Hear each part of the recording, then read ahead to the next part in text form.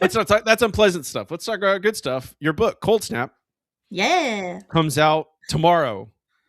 In the future, when this drops, this it is out tomorrow, Great. which gives you just enough time to go buy Frostbite and read it if you haven't already, Yeah. to get you ready for Cold Snap. Even though I feel like you can just jump in it. I think you can mostly jump into Cold Snap I think you could. without. Yeah. Even though I think Frostbite's good, and you should also read that because it does give lots of context. And your books hurt my feelings, Angela. They made me feel Hi. things. Oh, No, I good. mean, Nice. I don't really have a specific question about it, but like, yes, Cold Snap, they're both very good books, Thank and they're you. a lot of fun. But I don't think I was expecting to feel pain while I would like Yeah. to be hurt by them because, well, largely I think it's because of the memory. My grandmother suffered from dementia and Parkinson's Yeah. at the end of her life, and I'm very sensitive to that Yeah. thing, and it's a heavy theme Yeah. in both the books, Yeah. honestly. Before we get into questions, could you give our readers a elevator pitch? Sure. I'll start with Frostbite and then lead into Cold Snap. So Frostbite is about it's a 90s sci-fi horror comedy, and it's about a small town in North Dakota that gets hit by a meteor and alien worms infect the hibernating prairie dogs. They rise and attack, and a girl and her best friend have to save the town from the infection that is spreading to people and also a doomsday cult. They also have to fight a doomsday cult. So that's book 1. And then Cold Snap takes place a couple months after the events of book 1, where the town is kind of dealing with the aftermath and trauma of all of that. And we find out a chunk of the meteor broke off and landed in Canada. So it's not over. And Raylene has to essentially venture into Canada to fight alien worms again, as well as a government cover up. And in this one, we also have UFO conspiracists kind of like helping out. And this all takes place during spring break. So there's also wacky infected co-eds. Canadian Yeah, spring break, Canadian spring break, Winnipeg. which was real, by the way. I grew up in North Dakota. And when you grow up in North Dakota, you don't fly to Florida. That's out of, at least for me, it was out of the realm of possibility. And so we would just drive north into Winnipeg, into Canada, up to Winnipeg, and the drinking age there is 18. And at the time, you didn't even need a passport to cross the border. So it's based in real life. Yeah, I mean, we lived in Edmonton for a couple years. Oh, Um, Canadian prairies, at the edge of the Canadian prairies, and okay, everything you wrote, I was like, it's the same. It hasn't changed.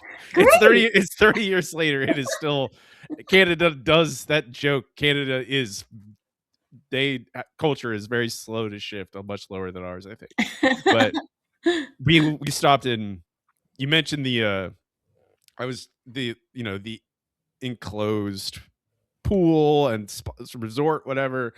We stopped in on our way over to Edmonton. We drove through Saskatchewan and and stopped in Regina for the night, and we were at one of those places. We just happened to stop at one of those, a similar place, and that there's a scene in Cold Step early on where they're in line and there's a frustrated receptionist and there's a bunch of people in bathing suits, even despite the fact that it's frigid outside.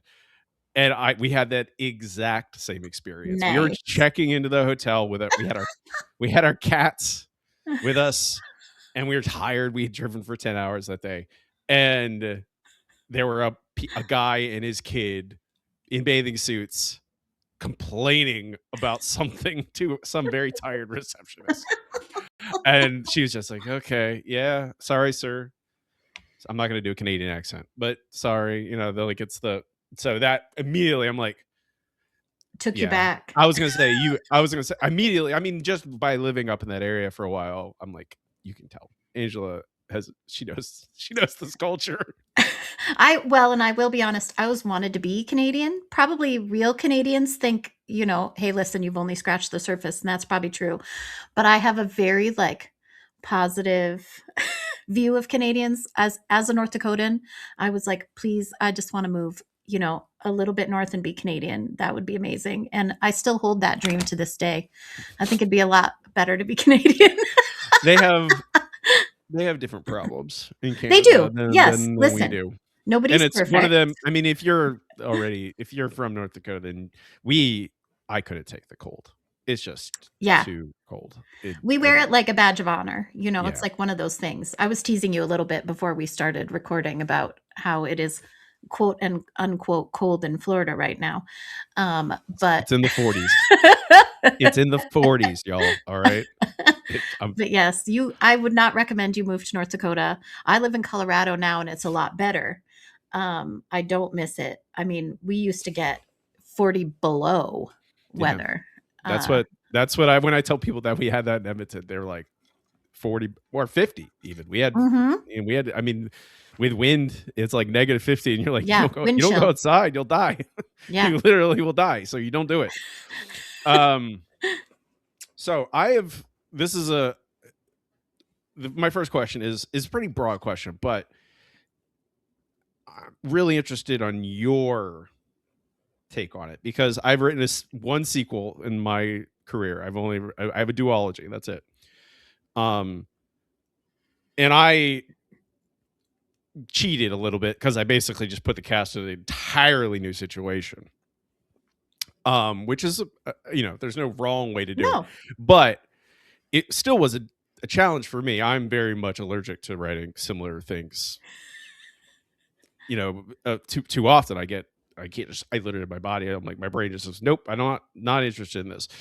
What was that a challenge to you writing? Oh, new cast, same cast of characters, just new people added into the group, and it's not exactly the same situation. We are traveling, but was that a challenge? What was the hardest challenge to writing the sequel? Yeah, I think it was. It was honestly more of a challenge than I thought it was gonna be, because I went into it being like, I mean, I have, like, largely the same characters. I already know them all. I know the setting. I know the plot, like, let's go. But then once I got into it, you start to realize a couple things about sequels. You can't just do the same thing over again. So you have to be really careful not to do that, but give people enough of what they liked in book 1 to kind of carry through to book 2 and also bring some new things, also raise the stakes. In my case, also kill some more people. Who do you kill this time? You know what I Oh mean? boy. Like, so yeah, It's challenging. It was more challenging than I thought it would be, to be honest. okay. It's not that I'm some like philosophically opposed to writing a sequel. It's just most of the time I'm not really interested in it. I know I won't be able to write it because I'm like I already wrote their story, and I just their bodies and spirits are broken. Whoever Yeah, lived, that's right. yeah, and it's I don't know. You're both Frostbite and Cold Snap have a sense of humor. They are fun, more fun, Yeah. campy. They lean in that direction, which I think does help because it keeps that the spirit up. People aren't completely broken, even though I don't know, poor Raylene She's been and through it. Nate. Honestly, God, Yeah, both I of know. them, those poor kids. Aren't we all like that though? I think it's kind of like real life, really. We all have trauma and terrible things happening in the world. And sometimes you just have to laugh. You have to be snarky. You want to just hang out with your friend and laugh and have, a like crystal clear Pepsi or something wacky. I don't think I've ever had Crystal Pepsi, even though I've heard it's exactly the same. I don't know if they make them anymore. I Um, think they brought them back as like a gimmick oh, briefly, okay. like I'm 5 sure years I ago. tried it. I don't remember. I'm a Coca-Cola girl, so I had this discussion the other night, and people were like, "Oh, I love Pepsi." I'm like, why? "Yeah, why?" It feels. I made that joke. I'm like, Pepsi feels like when you're watching like a movie and they're not allowed. They have to invent a cola because they can't use the real thing. Like they make up a fake brand, and you're like, that's what Pepsi always felt like to me because I grew up. Yeah. Especially, I grew up in Florida. We're in the South. Coke. It's Coke land down here. You don't drink Pepsi. Well, you drink Pepsi when you have to. I agree We're 100%. This podcast is just gonna be a Coke versus Pepsi debate Spo podcast for the rest of Call us, the. sponsors. I mean, if Coca-Cola wants us, are you Oh, kidding me? We have Coke Zero. I have 4 flats of Coke Zero in my garage right now. I'm in a cherry Coke phase at the moment, so if anyone wants to send me a flat of cherry Coke, that'd be amazing. I would actually say, hey Coke, if you're listening to me, if you are listening, you got any of that winter, whatever that holiday blend soda that you had briefly? If you have any of that in reserve, please send it to my house because it's And gone. and your exact street address is what, Robbie? I'm not Just gonna kidding. not gonna dox myself, but you can connect. DM me on Instagram, email me. We'll hook it up. Um, both these books wear their cultural influences on their sleeve. You call them out. It's text. It's not subtext at all. Because it feels, you in Frostbite, you call out tremors, you Yep, call out all those kind of creature feature 80s into 90s era movies. In this book, you call it X-Files explicitly. Um, was there ever a moment where you're like, oh, I'm doing this too much? Or is it, hey, this is the type of book where I can for just lean into sure. it? Okay. Yeah, well, yes, it is a lean into it book. It is supposed to be silly and wacky. It's not supposed to be subtle. There's a reason I call it nostalgic and not historical, right? Right. I think those are 2 different things. But yes, you still have to be careful not to do too much. So, I actually had like a spreadsheet with every scene and every like mention of any like food product or song or movie or show or whatever, all throughout. So, and then I probably had to cut like half so that it That's didn't get to the like, point. I was going to say that you got this is only half of what you Yeah, had. I know. Can Wow. you imagine that? That's why I had to cut I half. was going to say It's too that much. it turns into oh, that the book I don't really like that much. It's the it's a it but Steven Spielberg made the movie. Cultural reference to the book. With the dystopian and they live in the virtual world. I don't remember the name of the. I don't even remember the name of it now. But it's very successful, incredibly You're successful. you're not talking about Ready Player One, are you? Yeah, that's it. That's I've the not one. seen it or read the book, so A lot of people love it. It's fun. It's like it's not badly written or anything like that. It's just so many references. It's just again, it's reference the story. Like it's just, and the movie is just like they pulled in the Iron Giant in the movie, and I'm just like, why would you do that to me? Leave the Iron Giant alone. Okay, some things are sacred. Um, I don't know. I do appreciate the Rage Against the Machine references. Oh, I love me some Rage. Yeah, band of the. I would say this is my argument. Rage is the band of the '90s, Oh, for at least, sure. or rock band of the '90s, at least. Yeah, and I love that it's people are discovering them again. That's one of my favorite things is, watching those videos of, like, Zoomers. people discovering Rage Against the Machine. Awesome. Yeah, they're like, "Oh wow, this is really good." I'm like, "Yeah, it Uh-huh. is. Rage is really good." And topical. All what's unfortunate Always too, topical. it's really unfortunate that it doesn't matter. It'll be 100 years from now, people will still be Mhm. going like, "Man, Rage was ahead of their time." I'm like, "Well, turns out if you're right about corruption in It governments, there yeah. will always be corruption in governments, unfortunately." Um, I already kind of teased at this, but this book and Frostbite by extension are often go really hard on violence and gore for that Yeah. matter. And I just had Will Sterling on to talk about our Beanie Beastie Nightmare, which is another, Yeah. YA horror. But there's a certain point I'm like, I don't know even what that means anymore because this is just as violent and gory at times Yeah. as adult horror book. Whatever Yeah. is is there an internal guide? Do you have like, oh, I can't make this too violent because theoretically this is supposed to be a YA book, or you go, I don't care. I want it to be this, so it's gonna be this. Yeah, I guess I am a bit inspired by some of those, like, 80s and 90s horror movies that get pretty graphic, and that's what I was watching as a kid. Uh I think a lot of kids don't and teens don't really shy away from that stuff. I Right. mean, even if you think of, like, Stranger Things. Stranger Things is, like, solidly horror, and there's a lot of really upsetting stuff, in that series. So, I don't know. I don't worry too much about it. I just kind of write what I like and what I think is fun, and I think because it is wacky and humorous, that blunts the violence a little bit. Yeah. Because it turns to the point of being funny, not real, you know? I mean, it's also Um the when it's like, infected beavers attacking people.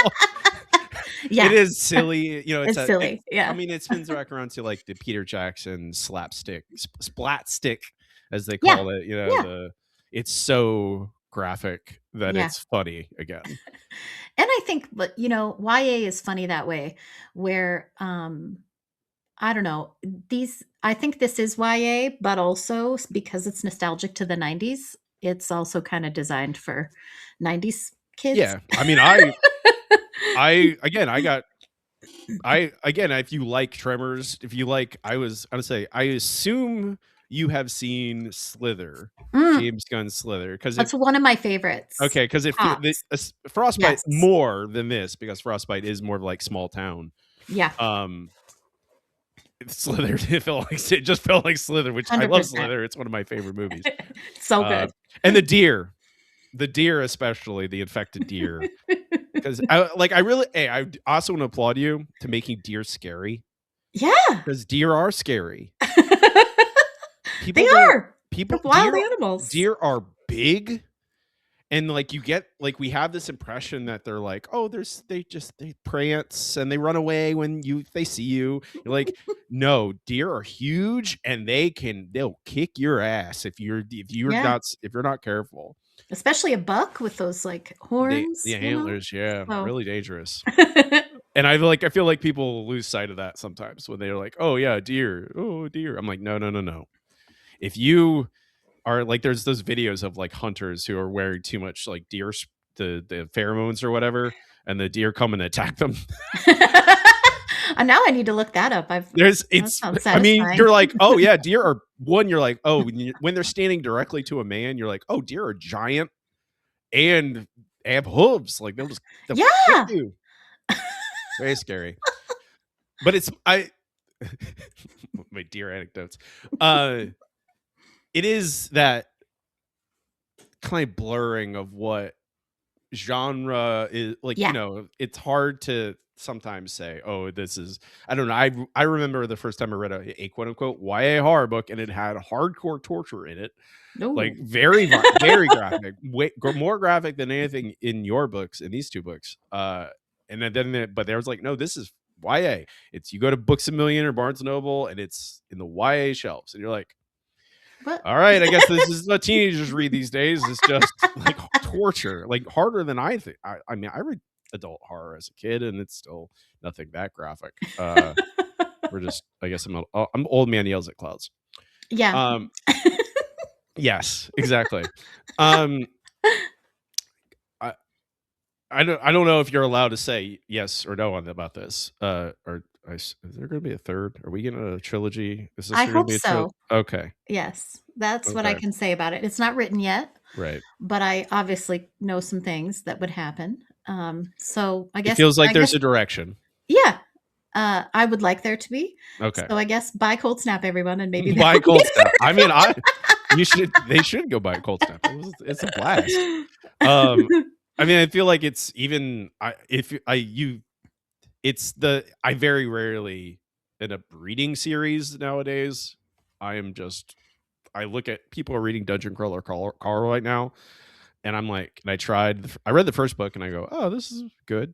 I'm off though. I'm not reading 9 more books. That's not happening. These books are too it's too much. I got to read other books. There's so many books There's I a need to lot. read. I mean, listen, the TBR will kill us all.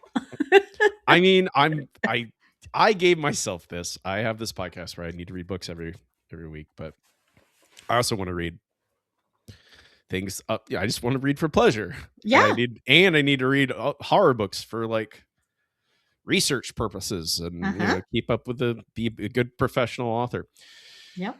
Yeah, It's a lot. Yes, it can it be a is a little more. lot. Then you've I got arcs and blurb requests and Yes, yeah. everything. Yeah, it's a lot to I juggle. mean, I'm not to the point where I'm turning them down yet. Me Not yet. neither. Yeah, I'm like, of course I would. I would love. I'm honor. I'm every time I get one, I'm always like, you thought of me. That's so sweet. Yeah, Uh, me too.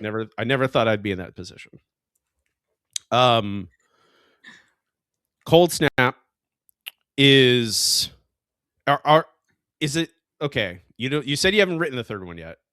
Is it going to stay? Is it going to be stay in the 90s? We're not going to Yeah. jump into okay, not jumping into Yes, definitely. 2000s. Okay, No. all right. That's me. That's a question for me. I'm just really curious, like that jump into would there be more books theoretically? Could you think you could do 4, 5, 6, 7 forever, or I is it probably would keep it at 3, I think. okay? It feels like what I have in my mind as the plot and character arcs. 3 Okay. feels right. Can I get a Big Um, Kev spinoff? right? Don't you love Big I Kev? love Big Kev. I absolutely love Big Kev. I think he just wants to, hunt for aliens and I know, and he has such a good heart. yeah, he's a nice guy. He's I really actually inspired by someone I really knew in college, who isn't exactly like Big Kev, but this person was big, was quite a big fellow, right. and one of our favorite things to do, all my friends, was to sit up all night talking about aliens. So, yeah, that's where the idea of Big Kev comes from. Yeah, I have to believe. You have to Yeah, believe. the truth is out there. Truth is out there. Man, now that they have the X-Files reboot's coming. I'm so excited. Ryan Coogler Oh, X-Files. I would have been sad if it was like anyone but him because I'm like an X-Files, I'm curious. OG fan, but I I'm wonder if really excited about what he's gonna do with it. I'm curious if they'll get Vince Gilligan to do an episode. I Yeah. assume he doesn't have time to do more than that, but he's still working in television. You think you could, Yeah. hey, That'd be come pretty on, do an good. episode. I'm curious about. We're not okay. This is not gonna be X Files screencast. We're not gonna We'll talk about talk about that later. yeah, I was gonna say I could easily just. Are we gonna? I'm like, Mhm. are they gonna do FBI? Are we gonna get male, female FBI agents again? Are we gonna get like? Are they gonna mess with it and do different formula? I'm curious. Really Yeah, interested me to see too. what they do with that. People should go get Cold Snap. It's out tomorrow, Yep. and by the time you listen to it, it is probably out. So you should go get it, and so I can get a third book. That And sounds this, like a great plan. yeah, Love it. I will do my best to ensure it because I won't a third one. But we can move on to the second segment. It is time for the Okay, second. It's time for the second act, I'm ready. which is broader bookish questions. And your first question is from my last guest, Okay. who is Paulette Kennedy. She made the joke that y'all have the same bangs. That's true. It is true. But and I'm gonna ask you for a question for our next Okay. Okay. into this. So her question for you is, what is your favorite part of the writing process and why? Um, hmm. I mean, I'm very character driven kind of writer. So my favorite part is when I create a character that I think really comes to life and resonates with people. Uh, that's my favorite. And then second favorite would be when I write a really good death scene. So, like, I remember, my husband teases me on occasion because one time I came out of my office just, like, cackling because I had written the scene with the snowmobile that's in Oh, Frostbite, oh and I yeah. was so proud of it. I just came out and was like, "I just killed someone with a snowmobile. It's awesome." I was so proud, and he makes fun of me sometimes for that. I mean it's when I think it's even I mean it is very you present like the funniest juxtaposition because a a tiny, very, very kind lady. Thank you. And then you read your books and it's like, oh yeah, there's someone brutally murdered by a snowmobile. Yeah. Yeah, it's inherent. It's comedy. It's right there. Like the Mhm. punchline's right there. Um, is it when you build a character? Is it driven by? Do you have character first, or is it back and forth? I have a story and plot, then I go to character, or is it do they inform each other? I would say they probably inform each other. I usually have a little bit of a plot idea, at least, but then things kind of grow organically, like with Raylene. You know, this idea of being trapped in a hotel in a small town, and uh, kind of not able to do what you want with your future. I started just kind of thinking about why would that happen? And I have people with dementia in my family. So I started thinking through, what it is to be a caregiver to your parent.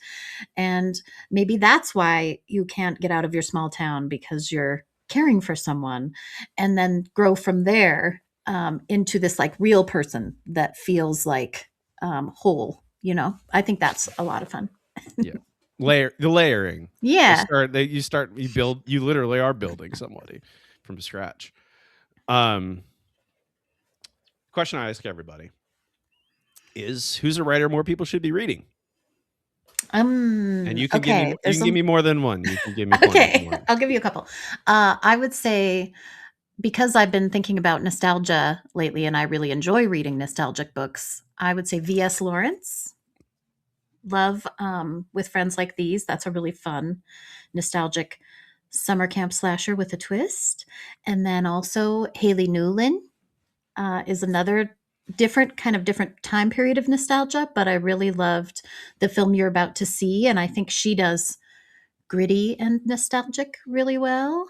And then the other one I would say is J.V. Gotch, who is a Spanish writer. And I really love her writing style. She writes a lot about like death and ghosts. So if you like those kind of things, I would say those three.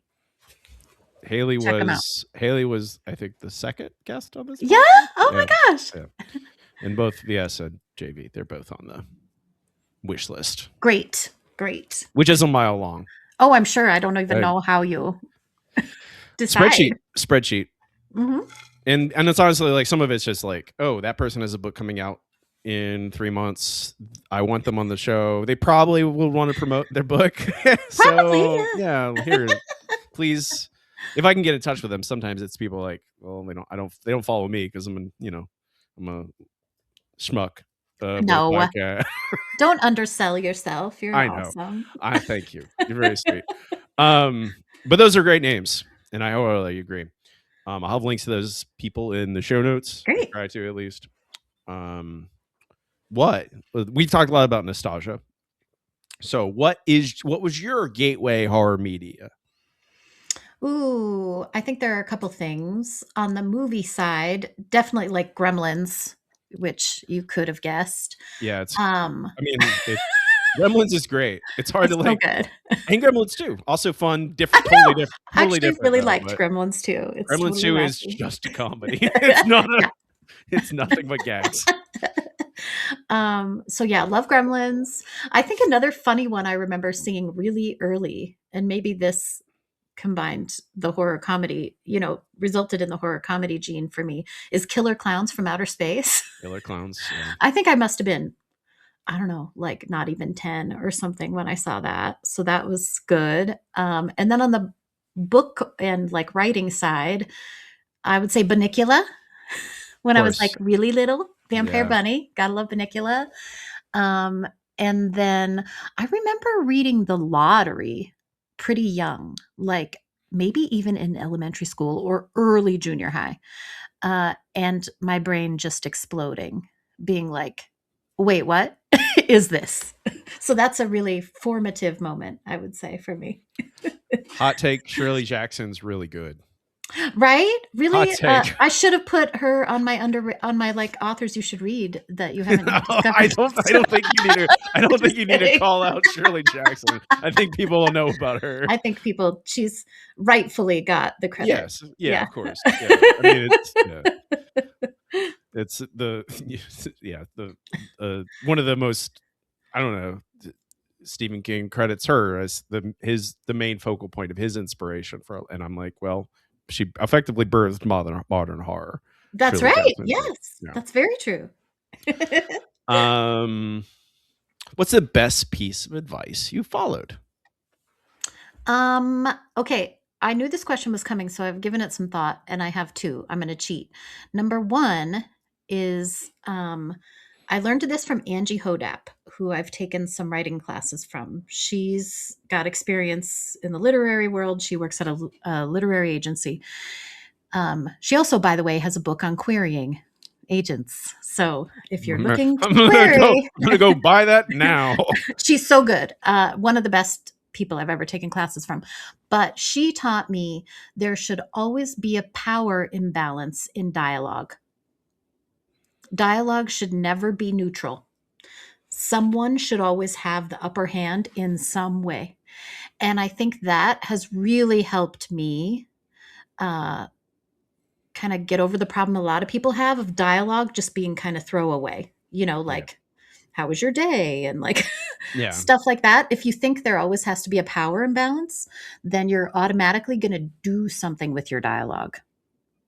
So that for me is like top notch advice. It's very good.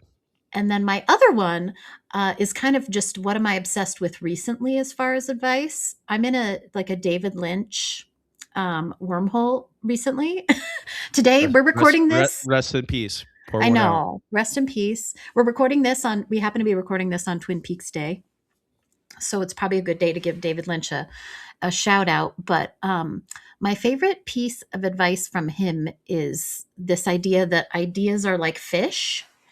And if you want to catch fish, you have to like bait the hook, essentially, and kind of go deeper to catch bigger fish. So, uh, how I translate that into something actually usable is like allow yourself time to think. Um, Sometimes thinking is like the most important part of writing. And I find for myself, uh, if I'm kind of hitting a roadblock, for me, it doesn't work to just push through. I actually just need to think. So, what I do is I bait the hook by before I go to sleep, I just kind of lodge the idea in my mind I'm trying to figure out. So, I think about what is giving me problems and then I sleep on it and let my subconscious stew. And then when I get up and write again, usually it's worked itself out in my mind. So I like that kind of like baiting the hook and not forcing yourself through, which can be hard once you're trying to be a professional writer Yeah. because you have like deadlines and all this pressure you're putting on yourself and all that stuff. But I think you got to leave room to like allow for inspiration. Yeah. I had to, I was trying, I had my hook baited trying to find my next idea for my next manuscript. And it hit me yesterday Yay! as I was walking back from the grocery store. Great. And it was that, but it was very much like I just finished this big mammoth thing that I'm very proud of, but I want I don't want to just start a new thing because I want another thing. I want it to be big. I want another Yeah. big fish. So you have to take that breather Yeah. and just let yourself not force it. Just let your Mhm. mind create those things. But also like the thing of like I have been what you just said about going to bed and thinking I literally as I go to bed, I whatever whatever I'm trying to build, like right now with this new idea, it's like, well, who are these characters? Who are they? And that's what I was thinking about as I was going to sleep. One, it calms me down so I can actually sleep. And two, ideas came. They were Yeah, there. Yeah. that's right. Yeah. Ideas, you got the gift of ideas. The gift. Well, I mean, it's that I think again, once you have that language to understand it, like, oh, when David Lynch says that you need to bait the hook, you're like, well, okay. And the fact that it's not like, it doesn't necessarily need to be something like that. I feel like it doesn't need to be as actionable as and you can also, but you're like, yeah, go think of big ideas, think of Yeah. things you want to write about, but don't let them, try and crush. Oh, I need to write this idea down on a 3x5 card. It has to be 3 sentences long, and that's my idea. It has to be this actionable. I mean, no, just Yeah. let let stuff hit you. Let inspiration strike in whatever Yeah, way it wants to. right. Um, what time we got? What is a practice that helps keep your writing momentum going? um So I'm a project manager in my day Oh, job. okay. So, Spreadsheets is the answer yeah, then. so partially I tend to project manage myself. I definitely keep lists and deadlines, and I try to break work into smaller pieces and have goals. I don't use a word count goal. I have found that does not work for me. I use an hourly goal. So I tried my goal is I'm going to write for 7 hours each week. And how I do that, I can write every day. I cannot write for 5 days And and do a then whole just do a write on the marathon. weekend. Yeah. Yeah. So I just try to hit that 7 hours like in some way, and that works well for me. And then the other thing I've been working on lately, because I think it's something we all struggle with, is minimizing distractions. And so, in the world of social media and phones and all of that stuff, I was actually just talking to Anna Dupre about this. I've been trying this thing called Brick. I've seen lots of people talk Brick lately. And I I wonder I I wonder actually really why. love it. Yeah, Okay. right? Because, I mean, especially with, what's going on with the world, it's very easy to, like, get into a bad headspace and fall down into a spiral of reading about terrible things, and just suddenly you've spent hours, when you could have been done doing something fun or productive. Yeah. So yeah, I've been bricking my phone. I've been like, Anna Dupre and I talked about it. We're calling it micro raging. So I allow myself to micro rage a couple times a day. And then the rest of the time, my phone is bricked. So even if I pick it up and start to look at it, it doesn't work. So, so that's been Yeah. working for me recently. Okay. I'm I typically, if I just put my phone in another room, Yeah, put it through it, like, out of sight, out of mind, and that does help. Or good there's an app idea. on your for PC called, or even on your phone, called Freedom, which will let you tell you what programs you can have access to for certain hours. Yeah. And, like, yeah, of course, there's emergency overrides. You can say, no, I don't. Yeah, I need to use this app now. But if you're like, you find yourself repeatedly going to social media, you'd be like, well, from this hour, I'm going to be writing. So can't go on Instagram for that Yeah. hour. And Yeah. if you try, the app will say, hey, you're trying to get on this. And we said no. And you're like, oh, Right. right. I should be writing. I should be writing. I should be focusing on this.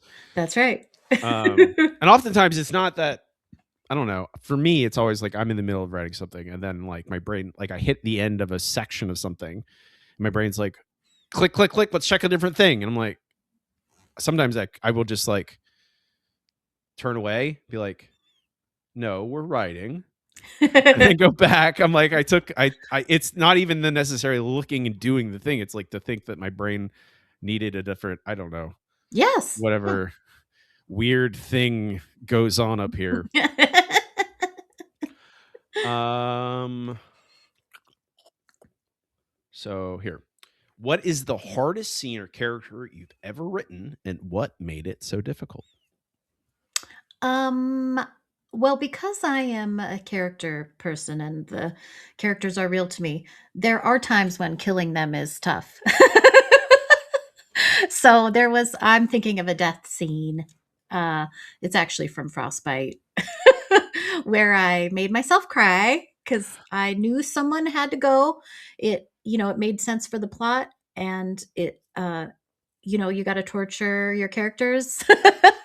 I And I'm feel like I know which one you're talking yeah, about, because it also made me very upset. So yeah, I I did think make you're, myself cry yeah, during that one. And I really had to like live in it, and make it real. yeah. So yeah, it was very sad, but it had to be done. Oh, boy. It really I almost, like, messaged you when I read it, as I was just like, "Why would you do this to me? Yeah, Why would you do this horrible thing to me?" Uh, that's the scene I get the most messages about, to be I'm sure honest. you do. I'm sure you do. It's I mean, it's but you're right. I feel and it has to happen. I Yeah, feel like it doesn't I don't think it like, there's sometimes where you again, we've talked about that. I think it's the thing that keeps coming up. People are like, "Yeah, this I knew this horrible thing had to happen." Sorry, it's how the story goes. It's how this story is gonna work without yep. unless if it doesn't happen, the story does not work. No, you Doesn't need stakes and, like, tension and yeah, and loss. and we write horror, guys. Like That's right. it's like, yeah, it's like people go sometimes I'm like, "Hey, do you wanna write this for" I'm like, "Whatever I write, it's gonna be bad for you. You don't want Yeah. me to write but write me into a book." I'm like, "Do you want me to write you into a book? 'Cause It's not gonna be something's it's bad not is gonna be pretty." gonna Um, we'll do one more question. Mm, When do you know a project is done? I mean, it's to a certain degree, it's like a gut instinct, but I definitely get feedback. Right. So I use beta readers and critique groups and things like that. But after all of that, I feel like I just kind of know. I have a gut instinct that it's pretty much as good as it's going to get. I'm not really a perfectionist. I think and maybe earlier in my like writing career I was, but I definitely get to the point now where I think it's like 90% as good as it's going to be. I'm just going to let it go because that last 10% of perfection is going to take way more time and it's not worth it. And it's I've said this before. It's like moving furniture around in a room. It's not you're not the couch is in a different spot. Does it matter?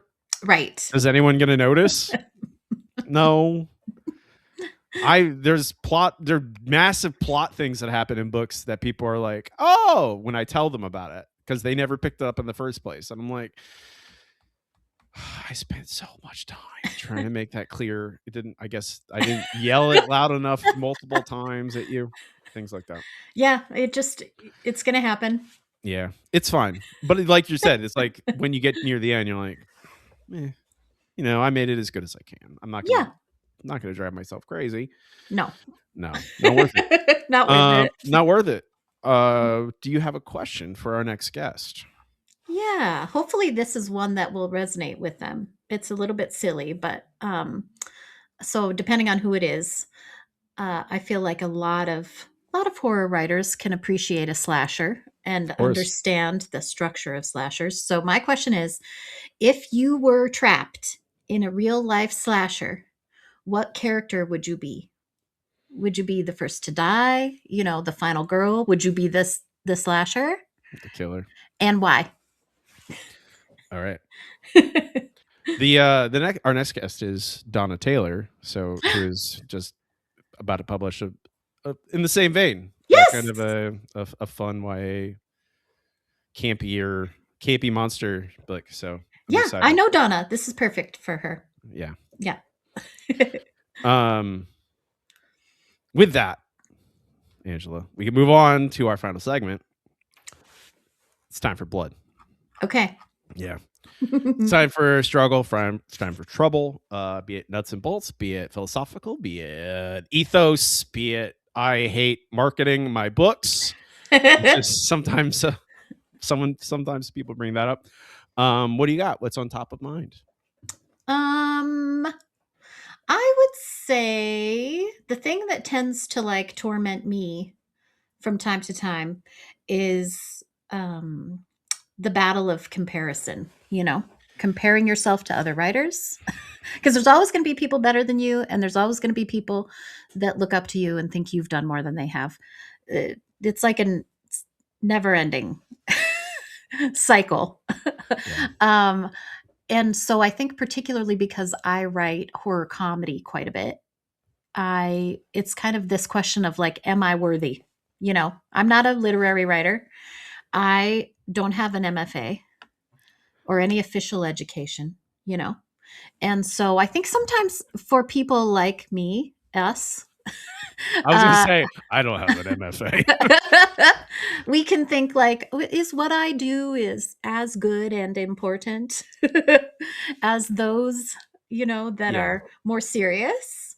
Um, but I try to talk myself out of that because I think I know what I enjoy, and I like a little bit of lightness. I like a little comedy and lightness with my horror, so, um, hopefully other people do too, and, uh, I think I try to give myself credit that I think it does take skill to do something wacky, but hit people where it hurts. So, maybe that's a different kind of talent. But yeah, that's something I struggle with all the time is like, where do I rank? I mean, it's I certainly think about it. I think there's anybody I'm sure that no matter how successful people are, there's still people who go, I'm not good enough for this, or I'm not Yeah. doing, or maybe I'm critically acclaimed, but I'm not selling enough books. Maybe I'm jealous of that person because they hit bestseller lists. Mhm. Oh yeah, I've got awards, but I don't know. I didn't, there's always that that I feel like it's just human nature to a certain extent Yeah. of especially artists. And I look at talk about social media again. It's like you look at social media and you see, oh, look at those people. They got invited to that event Yeah, that's right. and I didn't. And I'm as good as they are. I mean I oftentimes have that, also not a healthy thing, where it's not necessarily do I think I'm good enough, but it's like, why don't people see it? Why don't Yeah, people that's right. recognize that I think I'm good? I I didn't always think I was good, but it's been years of writing, and like you start to realize, like, I'm competent, I'm professional, I know Yeah. what I'm doing, and then you see myriads of events, which of course there's dozens of them.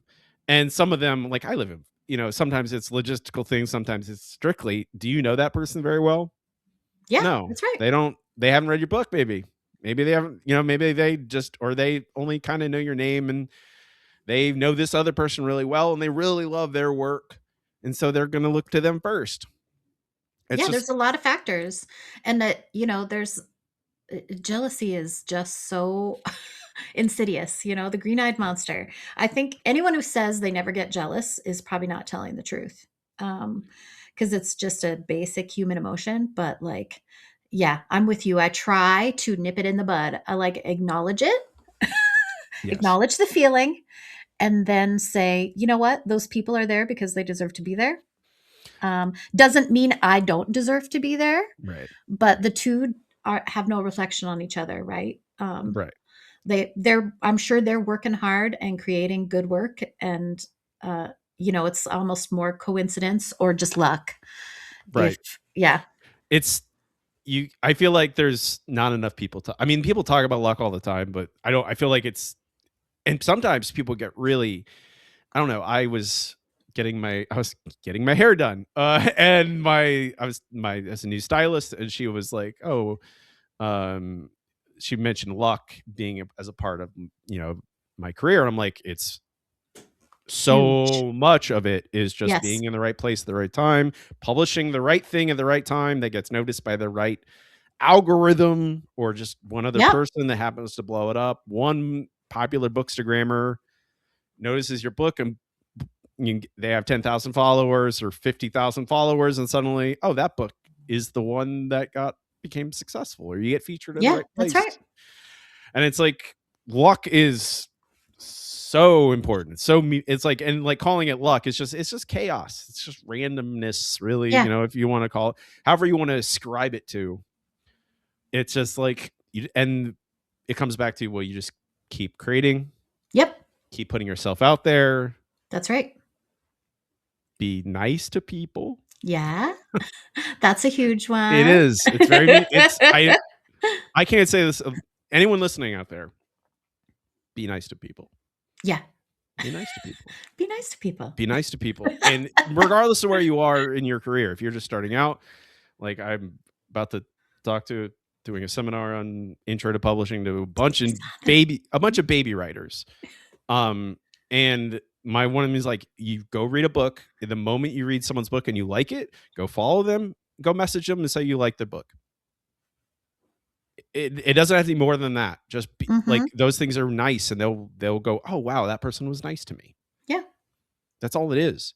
Um, and I don't know. There are some people I feel like who are like, no, I'm just that good. I wrote this great book, and I'm like, yeah, you worked hard. We're all working very hard. Every writer you know, if you heard their name, they are working incredibly hard. That's right. Yeah. It's not a none of us are lazy. That No. is not a part of it. Even though like there is something wrong with my head where it yells at me that I'm being lazy. I'm like, Oh, Robbie, all the time, yes. yeah, Yeah. Writing is hard work, man, and you're exactly right. I think luck has a lot to do with it. I think to, shoot your shot. Because luck has a lot to do with it. If you have an opportunity to, like, connect with someone, do it. yeah, Try to get to know people. I think about how Frostbite became published. So I had been querying agents previously when I was writing young adult paranormal. But then when I started writing horror and I was writing a lot of short stories, I kind of stopped querying agents and I decided I wasn't going to go that route. And I just so happened to, on the hellscape previously known as Twitter, um, they used to have pitch things, right? So I just like pitched a novella and it happened to be Frostbite. It was when it was a novella. I I pitched it. I didn't think anything was going to happen. And that's how I got connected with my publisher. And that's how I got my debut novel. So it's like one of those things, like, go for it. yeah, There's going to be a lot of rejection and disappointment, but you just never know where that luck is going to happen. yeah, exactly. I mean, it's the again, it's the you can't you don't want to also what you mentioned it earlier. You don't want to dismiss other people's success No. because they are writing good work. They are doing all these things too. We're all trying very hard, and it's like they don't have like they're not like secretly like I took that. No, they're just like, yes, I got this. I finally got where I wanted to be. Like it's so don't dismiss their success and don't don't project your jealousy and anger Yeah, that's right. into them. There's nothing to do with that. You gotta you're allowed to feel jealous and you're allowed to go, I want that, but you're also you should don't let it make you bitter. Right. Don't let it make you cynical. It's very easy to do that. It's very Yeah, easy because publishing is hard and mean, it and is. you get rejected a lot. But we all, we're not in competition with one another. No, it's not a And zero sum game. That's the other mhm, thing. It's not a zero and sum. it's rising tide lifts all boats, right? So if other horror people and authors are successful, that just means you're more likely to be successful because there's a market for it. So, remember that. Yeah, exactly. It is, and most horror authors, I forget if we were recording when I said this, but are incredibly kind people, Yeah, and we are all trying to help each other out if we can. If we have a way to pull someone up with us, we yeah, try. We try to do I that. agree.